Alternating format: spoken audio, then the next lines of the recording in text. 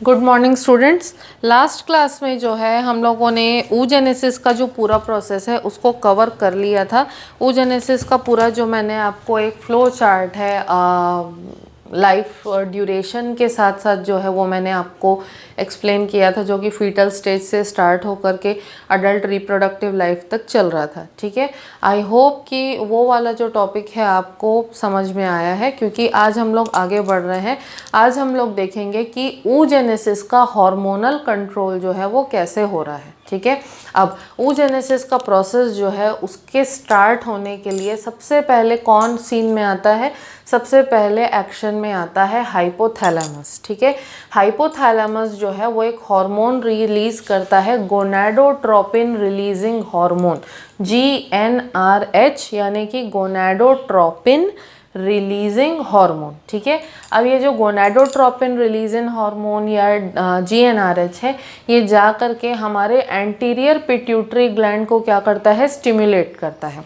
Anterior pituitary gland जब stimulate होगा तो स्टिमुलेट होने से वो क्या प्रोड्यूस करेगा? वो प्रोड्यूस करेगा LH यानी कि ल्यूटेनाइजिंग हार्मोन, और प्रोड्यूस करेगा FSH यानी कि फॉलिकल स्टिमुलेटिंग हार्मोन। तो LH और FSH जो है ये जाकर के डायरेक्टली किसको इन्फ्लुएंस करते हैं? ओवरी को इन्फ्लुएंस करते हैं। ठीक है, अब ओवरी जो है वो क्या प्रोड्यूस करेगी? वो दो हार्मोन्स जो है वो प्रोड्यूस करेगी। पहला एस्ट्रोजन, एस्ट्रोजन जो है वो FSH के इन्फ्लुएंस में प्रोड्यूस होता है, और दूसरा है प्रोजेस्टेरॉन। प्रोजेस्टेरॉन जो है वो LH के इन्फ्लुएंस में, ल्यूटेनाइजिंग हार्मोन के इन्फ्लुएंस में प्रोड्यूस होता है। ठीक है, अब ये जो एस्ट्रोजन और प्रोजेस्टेरॉन है ये डायरेक्टली किसको इन्फ्लुएंस करते हैं? यूटेरस को इन्फ्लुएंस करते हैं। कैसे? एस्ट्रोजन और प्रोजेस्टेरॉन जो है, ठीक है, दोनों मिलकर यूटेरस को प्रिपेयर करते हैं अपकमिंग प्रेगनेंसी के लिए। ठीक है, अब यहाँ पर फीडबैक कैसे होता है, हार्मोनल कंट्रोल कैसे होता है? ठीक है, जब कभी ओवरी के स्टिमुलेट होने से एस्ट्रोजन का सिक्रीशन होता है, तो एस्ट्रोजन की कंसंट्रेशन जब बहुत ज़्यादा हाई हो जाती है, बहुत ज़्यादा इंक्रीज हो जाती है, तो एस्ट्रोजन जो है वो सीधे सीधे किसको इन्फ्लुएंस करता है? एस्ट्रोजन जो है नेगेटिव फीडबैक सिस्टम के हेल्प से डायरेक्टली इन्फ्लुएंस करता है हाइपोथैलेमस को और एंटीरियर पिट्यूटरी को, सो दैट हाइपोथैलेमस जो है वो GnRH को सिक्रीट करना बंद करे और एंटीरियर पिट्यूटरी जो है वो FSH को सिक्रीट करना बंद करे। तो एस्ट्रोजन की कंसंट्रेशन ज़्यादा हुई तो नेगेटिव फीडबैक सिस्टम के हेल्प से वो डायरेक्टली किसको ब्लॉक करेगा? हाइपोथैलेमस को GnRH प्रोड्यूस करने से ब्लॉक करेगा, और एंटीरियर पिट्यूटरी को भी ब्लॉक करेगा FSH को सिक्रीट करने के लिए। ठीक है, अब आया क्या सीन में? प्रोजेस्टेरॉन। प्रोजेस्टेरॉन जो है वो ओवरी जो है वो प्रोड्यूस तो करेगी लेकिन बहुत माइन्यूट क्वांटिटी में करती है। प्रोजेस्टेरॉन जो है वो ज़्यादा करके प्रोड्यूस करने का काम किसका होता है? ग्राफियन फॉलिकल का। तो जब ग्राफियन फॉलिकल जो है वो बर्स्ट हो जाता है और एग उससे रिलीज हो जाता है, तो एग के बाहर रिलीज होने के बाद में क्या होता है? ग्राफियन फॉलिकल जो है वो थोड़ा सा सिकुड़ जाता है, डीजेनरेट हो जाता है, और एक येलोइश कलर का स्ट्रक्चर बनाता है जिसको हम लोग कहते हैं कॉर्पस ल्यूटियम। ठीक है, अब ये जो कॉर्पस ल्यूटियम ग्राफियन फॉलिकल के बर्स्ट होने से बनता है, ये कॉर्पस ल्यूटियम जो है ये मेजर सोर्स होता है प्रोजेस्टेरॉन के सिक्रीशन का। तो कॉर्पस ल्यूटियम जो है वो कंटिन्यूसली क्या करते जाता है? अपकमिंग प्रेगनेंसी को ध्यान में रखते हुए ज़्यादा क्वांटिटी में प्रोजेस्टेरॉन सिक्रीट करना स्टार्ट करता है। ठीक है, अब ये जो प्रोजेस्टेरॉन है ये क्या करता है? जब प्रोजेस्टेरॉन का कंसंट्रेशन बहुत ज़्यादा हो जाता है ओवरी और यूट्रस के अंदर, तब ये जो प्रोजेस्टेरॉन है ये क्या करेगा? ये भी नेगेटिव फीडबैक सिस्टम का हेल्प लेता है, और नेगेटिव फीडबैक सिस्टम का हेल्प लेकर के प्रोजेस्टेरॉन डायरेक्टली किसको इन्फ्लुएंस करता है? एंटीरियर पिट्यूटरी को इन्फ्लुएंस करता है, उसको ब्लॉक करता है, सो दैट एंटीरियर पिट्यूटरी जो है वो ल्यूटेनाइजिंग हार्मोन को सिक्रीट करना बंद करे। ठीक है, तो एस्ट्रोजन और प्रोजेस्टेरॉन जो है वो नेगेटिव फीडबैक सिस्टम का हेल्प लेते हैं और उससे क्या करते हैं? हाइपोथैलेमस और एंटीरियर पिट्यूटरी को ब्लॉक करते हैं, सो दैट GnRH, LH और FSH का जो सिक्रीशन है वो बंद हो सके। अब तीनों का सिक्रीशन बंद होगा तब फिर क्या होगा कि दूसरे नए फॉलिकल्स जो हैं वो नहीं सिक्रीट होंगे, या दूसरे नए फॉलिकल्स जो हैं वो आगे चल के जो है मैच्योर नहीं हो पाएंगे। तो ओवरऑल कहने का मतलब क्या है कि नेगेटिव फीडबैक सिस्टम के हेल्प से ओवरऑल क्या होता है, एक बार में एक ही एग रिलीज हो सकता है, क्योंकि अगर कंटिन्यूसली LH और FSH का सिक्रीशन चलता रहा तो एक के बाद एक तुरंत जो है एग जो है वो रिलीज होते जाएगा, ओव्यूलेशन होते जाएगा। तो उस चीज़ से प्रिवेंट करने के लिए नेगेटिव फीडबैक सिस्टम की हेल्प से GnRH और LH और FSH का जो सिक्रीशन है वो स्टॉप कर दिया जाता है, सो दैट एक टाइम पे एक ही एग रिलीज हो, एक ही बार ओव्यूलेशन हो। Okay, so this is the way in which the hormonally the process of oogenesis is controlled. Next, in the next topic we will be seeing the structure of the ovum itself, structure of the ovum itself. So we are talking about the whole package, that is the Graafian follicle and everything. We are talking about that. Okay, so I hope that you have understood this flow chart.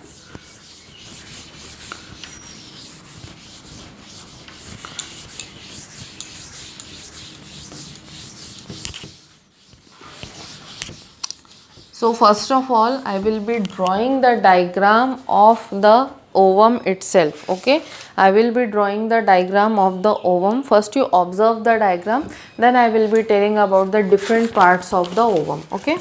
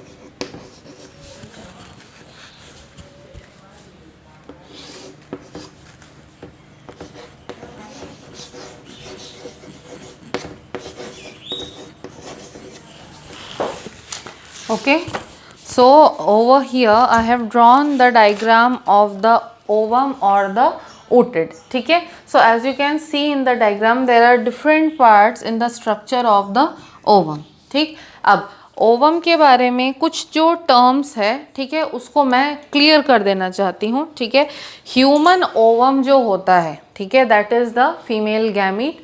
Human ovum जो होता है rounded होता है उसका structure, as you can see in the diagram itself. ठीक है, अब यहाँ पर दो टर्म्स जो है वो मैं क्लियर करूँगी कि ह्यूमन ओवम को नॉन क्लिडोइक कहा जाता है.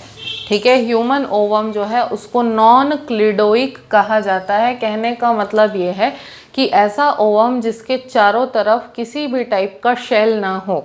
जैसे मुर्गी का जो अंडा होता है, एग होता है जो नॉर्मली हमको मार्केट में अवेलेबल है, वो भी ओवम ही है, वो भी ओवम ही होता है. कई बार फर्टिलाइज्ड होता है, कई बार अनफर्टिलाइज्ड होता है. तो जैसे हम लोग नॉर्मल एग्स के ऊपर शेल देखते हैं, वैसा शेल जो है वो ह्यूमन एग्स के ऊपर प्रेजेंट नहीं होता. इसीलिए हम लोग उसको क्या कहते हैं, नॉन क्लिडोइक कहते हैं. ठीक है, उसके अलावा एक और टर्म है एलेसिथल. ठीक है, दूसरा टर्म है ह्यूमन ओवम के लिए कि वो एलेसिथल होता है. एलेसिथल कहने का मतलब ये है कि ऐसा ओवम या ऐसा एग जिसमें योक नहीं होता. जैसे नॉर्मल हम लोग जो एग मार्केट से परचेस करते हैं उसमें आप लोग देखोगे उसको तोड़ करके तो उसमें कुछ वाइट पोर्शन या ट्रांसपेरेंट सा पोर्शन और बीच में येलो पार्ट जो है वो प्रेजेंट रहता है. ठीक है, तो जो येलो पार्ट होता है, ठीक है, येलो पार्ट जो है that is the different thing, that is the nucleus. लेकिन जो वाइट पार्ट होता है, ठीक है, दैट इज़ द योक. तो वैसा योक जो है वो ह्यूमन एग्स में प्रेजेंट नहीं रहता. तो उसके लिए एक टर्म है alecithal. So the human eggs और the human ovum they are rounded, they are non cleidoic मतलब without shells, and they are alecithal means they are without yolk also. Okay, so next human ovum जो होता है उसका size होता है 100 μm. ठीक है, साइज क्या होता है इसका, 100 μm साइज होता है और it is large enough to be seen with the naked eye. ठीक है, मतलब ह्यूमन ओवम इतना बड़ा होता है कि अगर उसको आप लोग एक्सट्रैक्ट कर सको, ठीक है, उसको सेपरेट आउट कर सको, तो it can be seen with the naked eye also. However it would be tiny but we can see comfortably with naked eye also. Okay, now following this ये जो पूरा स्ट्रक्चर हम लोग देख रहे हैं तो यहाँ पर दिस ओवर हियर, ठीक है, this over here is the plasma membrane of the ovum और plasma membrane of the egg. ठीक है, प्लाज्मा मेम्ब्रेन के अंदर we are having the cytoplasm which is known as the ooplasm. Egg का cytoplasm है इसीलिए we are calling it as the ooplasm. ठीक है, अब ऊप्लाज्म जो होता है उसके अंदर नॉर्मली बहुत सारे जो सेल ऑर्गेनेल्स है they would be present. We are having endoplasmic reticulum, Golgi body, we are having the mitochondria, we are having different sorts of protein, we are having the ribosomes also, then we are having some glycogen granules also. So this over here which you can see the cortical granules, they are the glycogen granules which are present within the ovum. ठीक है, अब इसके अलावा और अगर हम लोग बात करें तो जो ह्यूमन एग होता है उसके दो साइड्स होते हैं. ठीक है, एक होता है एनिमल पोल और दूसरा होता है वेजिटल पोल. एक है एनिमल पोल और दूसरा है वेजिटल पोल और दोनों एक दूसरे से ऑलमोस्ट ऑपोजिट साइड्स पर प्रेजेंट रहते हैं. अब एनिमल पोल और वेजिटल पोल को हम लोग कैसे पहचानेंगे. ठीक है, एग जो है उसमें पोलार बॉडीज भी प्रेजेंट रहती हैं. तो जिस एंड पे पोलार बॉडी प्रेजेंट है, जिस एंड पे पोलार बॉडी प्रेजेंट है, that end is known as the animal pole. और एनिमल पोल से जो ऑपोजिट साइड होता है that is known as the vegetal pole. तो पोलार बॉडी का होना, ठीक है, दैट सिग्निफाइज कि this side is the animal pole. ठीक है, और एनिमल पोल से जस्ट ऑपोजिट जो साइड होगा that is the vegetal pole. अब ये जो पोलार बॉडी जिस एरिया में प्रेजेंट है, ठीक है, जिस स्पेस में प्रेजेंट है, पोलर बॉडी जिस एरिया या जिस स्पेस में प्रेजेंट है, that space is known as the perivitelline space, ठीक है। जहाँ पर जिस स्पेस के अंदर पोलर बॉडी प्रेजेंट है, that space is known as the perivitelline space, ठीक है। अब नेक्स्ट हम लोग बात करते हैं कि ओवम के ऊपर कवरिंग्स प्रेजेंट होती हैं। तो यहाँ ओवम के ऊपर दो कवरिंग हम लोग देख रहे हैं। पहली है जोना पेल्यूसिडा और उसके बाद जो आउटर मोस्ट कवरिंग है that is the corona radiata. तो जोना पेलूसिडा और कोरोना रेडिएटा दो कवरिंग्स प्रेजेंट होती हैं ओवम के ऊपर। अगर हम लोग जोना पेलूसिडा के बारे में बात करें तो जोना पेलूसिडा जो है वो बहुत थिक होता है, ग्लाइकोप्रोटीन रिच होता है। ग्लाइकोप्रोटीन्स जो है वो बहुत ज़्यादा क्वांटिटी में प्रेजेंट रहते हैं। और उसमें भी अगर हम लोग बात करें कि जोना पेलूसिडा जो होता है, जोना पेलूसिडा के अंदर जो ग्लाइकोप्रोटीन्स प्रेजेंट रहते हैं, जो फॉलिक्यूलर सेल्स भी उसके अंदर प्रेजेंट रहते हैं, ठीक है। इसमें रिसेप्टर प्रोटीन्स प्रेजेंट होते हैं, ठीक है। इसके अंदर क्या होते हैं, रिसेप्टर प्रोटीन्स प्रेजेंट होते हैं। ये जो रिसेप्टर प्रोटीन्स होते हैं ये होते हैं ZP1, ZP2 एंड ZP3। ये तीन तरीके के रिसेप्टर प्रोटीन्स होते हैं, ZP1, ZP2 और ZP3, ठीक है। ये तीनों जो रिसेप्टर्स हैं ये हेल्प करते हैं आइडेंटिफाई करने में कि स्पर्म जो है वो एग के साथ बाइंड कर चुका है या नहीं, ठीक है। तो ZP1 या ZP1, ZP2 और ZP3 जो है ये तीनों किस चीज़ में हेल्प करते हैं, ये हेल्प करते हैं आइडेंटिफाई करने में कि स्पर्म जो है वो एग के साथ कंबाइन करने आया है या नहीं आया है। जैसे फॉर एग्जांपल अगर मैं बोलूँ कि ओवम जो होता है उसको फर्टिलाइज करने के लिए एक ही स्पर्म रिक्वायर्ड होता है, ठीक है। अब मान के चलते हैं कि अगर फर्टिलाइजेशन हो गया, ठीक है, तो फर्टिलाइजेशन होने के बाद में ये जो जोना पेलूसिडा के लेयर में ग्लाइकोप्रोटीन्स प्रेजेंट हैं, ठीक है, ये इस तरीके का केमिकल सब्सटेंस बना लेते हैं जो कि और दूसरे स्पर्म्स को एग तक जाने से प्रिवेंट करता है, ठीक है। तो इसका रिकॉग्निशन होना कि स्पर्म जो है उसने एग को फर्टिलाइज कर दिया है, इस रिकॉग्निशन में हेल्प करते हैं ZP1, ZP2 और ZP3, ठीक है। सो वंस जैसे ही स्पर्म जो है वो फर्टिलाइज कर जाता है एग को, तो इसका रिकॉग्निशन कौन करेगा, ZP1, ZP2 और ZP3, ठीक है। फिर ये जो रिसेप्टर प्रोटीन्स होते हैं ये जोना पेलूसिडा के स्ट्रक्चर में कुछ ऐसे चेंजेस लेकर के आते हैं, ऐसे केमिकल चेंजेस लेकर के आते हैं कि जोना पेलूसिडा जो है वो इम्पेनिट्रेबल हो जाता है। मतलब जोना पेलूसिडा जो है वो जो है अपने थ्रू किसी और स्पर्म को क्रॉस करने नहीं देता, तो स्पर्म्स को ब्लॉक कर देता है। सो एज अ रिजल्ट जोना पेलूसिडा इस तरीके से इंश्योर करता है कि एक ही स्पर्म जो है वो एग को फर्टिलाइज कर सके और दूसरे स्पर्म की एंट्री जो है वो ना हो सके, ठीक है। अब इसके बाद हम लोग दूसरे लेयर के बारे में अगर बात करते हैं, ठीक है, तो दूसरा जो लेयर है वो है कोरोना रेडिएटा, ठीक है। तो कोरोना रेडिएटा जो है इसके अंदर डिफरेंट शेप के या ऑलमोस्ट ये बोलना चाहिए कि इर्रेगुलर शेप के बहुत सारे सेल्स जो हैं प्रेजेंट रहते हैं, ठीक है। तो जो प्राइमरी और सेकेंडरी oocyte में जो ग्रैन्युलोसा सेल्स हम लोगों ने देखे थे, ग्रैन्युलोसा सेल्स जो हैं वो एक्चुअली अपना मॉर्फोलॉजी जो है, अपना शेप जो है उसको चेंज करते हैं, चेंज करके वो कोरोना रेडिएटा में कन्वर्ट हो जाते हैं, ठीक है। अब कोरोना रेडिएटा जो है इसका काम क्या है, ठीक है। कोरोना रेडिएटा जो है वो ओव्यूलेशन के टाइम तक प्रेजेंट रहता है और ओवम जो है उसको प्रोटेक्ट करके रखने का काम कौन करता है, कोरोना रेडिएटा।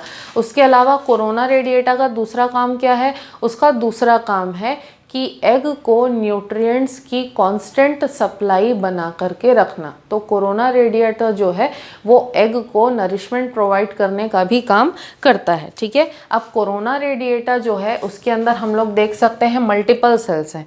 अब एक चीज़ और यहाँ पे मेंशन करूँगी, कोरोना रेडिएटा जो है वो सेल्स का एक सिंगल लेयर नहीं है, मल्टीपल लेयर्स होते हैं। तो यहाँ स्पेस कम है इसीलिए मैंने सिंगल लेयर बनाया है, लेकिन एक्चुअली कोरोना रेडिएटा जो है उसमें ऐसे सेल्स के मल्टीपल लेयर्स होते हैं। तो इतने सारे सेल्स जो हैं ये आपस में एक असेंबली में या एक पैटर्न में कैसे अरेंज्ड होते हैं, ठीक है।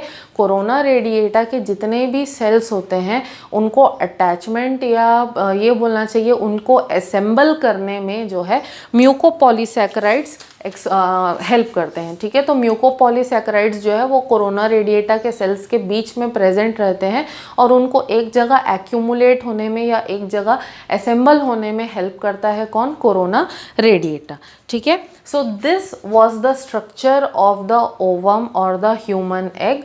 I hope that you have understood the different structure and different parts which are involved in this particular diagram. अगर फिर भी आप लोगों को कोई डाउट है, ठीक है, तो I can send you the original diagram which I have in my book over here. So you can check with that also. So it will be more clear to you as well. And if at all आप लोगों को कोई doubt है तो आप लोग definitely मुझसे पूछिए.